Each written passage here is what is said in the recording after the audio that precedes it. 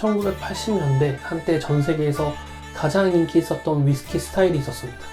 그런데 이 스타일을 만든 브랜드가 전 세계에 딱 2개만 남았습니다. 오늘은 그 2개 중에 하나, 거의 사라질 뻔했지만 화려하게 부활한 위스키를 마셔보겠습니다. 안녕하세요.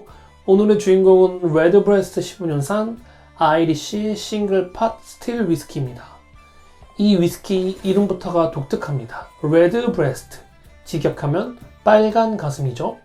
레드브레스트는 영어로 유럽 울새 로빈 레드브레스트를 뜻합니다. 가슴 쪽이 빨간 작은 새인데요. 1900년대 초 이 위스키를 유통하던 회사 길베이스의 회장이 바로 열정적인 조류학자였습니다.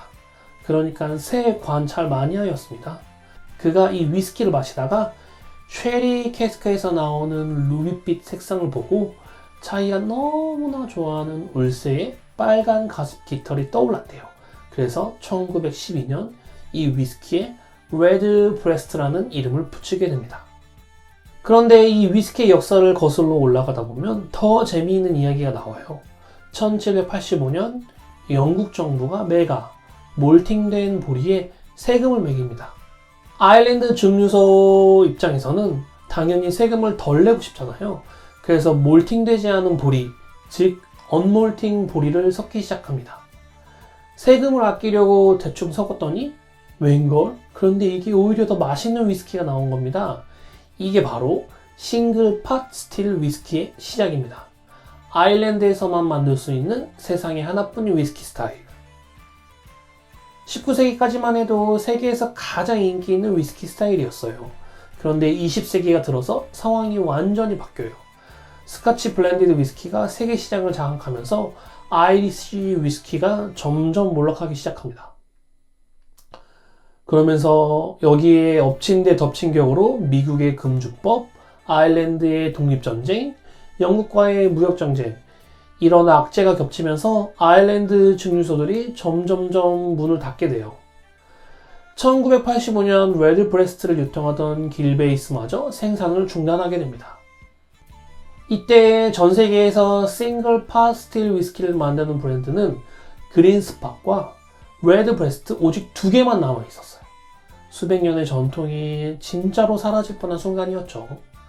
하지만 1986년 아이리쉬 디스틸러스가 이 브랜드를 인수하고 약 10년간의 공백 끝에 1991년 레드브레스트 12년산이 재출시되게 됩니다.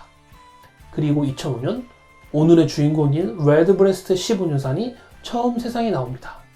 처음에는 한정판이었는데 반응이 워낙 좋아서 2010년부터 정규 라인업으로 자리 잡게 됩니다. 그리고 현재 레드브레스트는 세계에서 가장 많이 팔리는 싱글팟 스틸 위스키가 되었습니다. 거의 사라질 뻔한 위스키가 지금은 세계 1위가 된 거죠. 위스키를 좀 아시는 분들은 싱글 몰트라는 말을 많이 들어보셨을 거예요. 그런데 싱글팟 스틸은 조금 생소하실 수 있어요. 이 2가지의 가장 큰 차이는 원료입니다.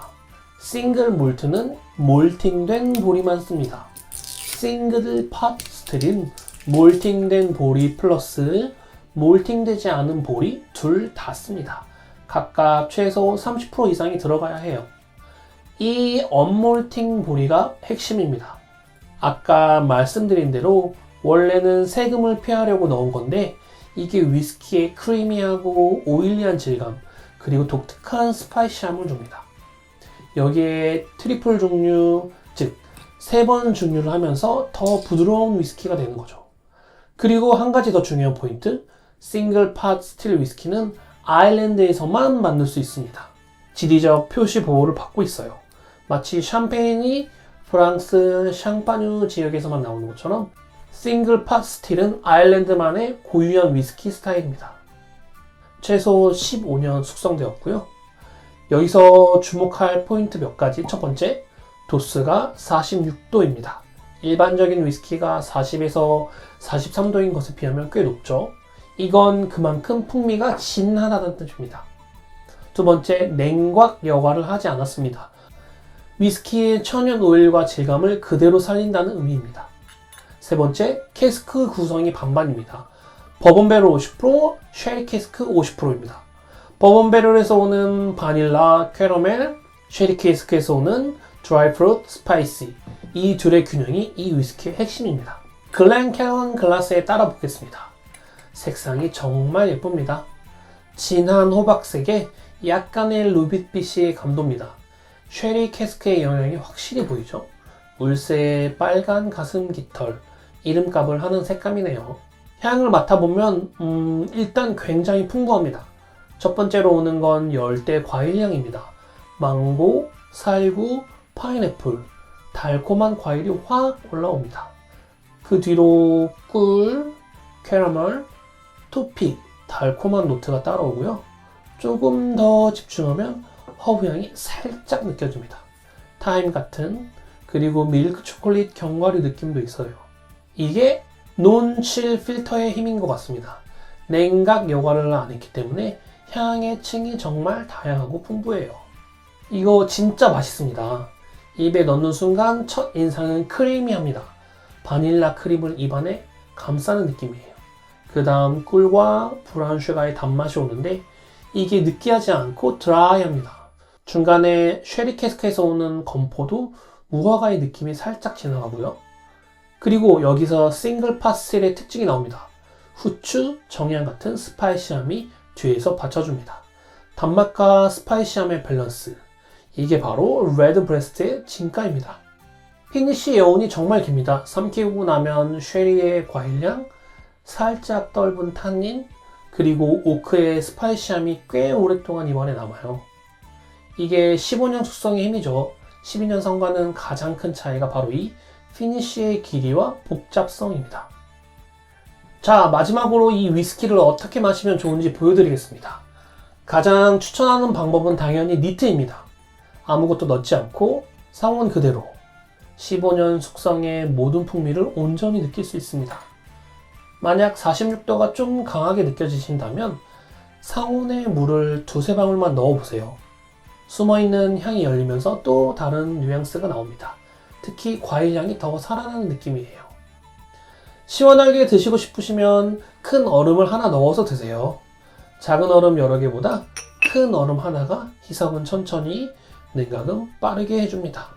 오늘 레드브레스트 15년산을 마셔봤습니다. 향은 열대 과일부터 견과류, 초콜릿까지 층이 정말 풍부하고 맛은 크리미한 바닐라와 파스틸 특유의 스파이시함이 완벽하게 조화를 이루고 여운은 길고 복잡합니다. 1980년대 전 세계에서 딱 2개만 남았던 위스키 스타일. 거의 사라질 뻔한 아일랜드의 전통을 끝까지 지켜낸 브랜드. 아이리쉬 위스키가 뭔지 제대로 경험해보고 싶다면 레드브레스트 15년산 강력 추천합니다. 자, 오늘 영상이 도움이 되셨다면 좋아요와 구독 부탁드리고요. 다음에도 좋은 위스키로 찾아오겠습니다.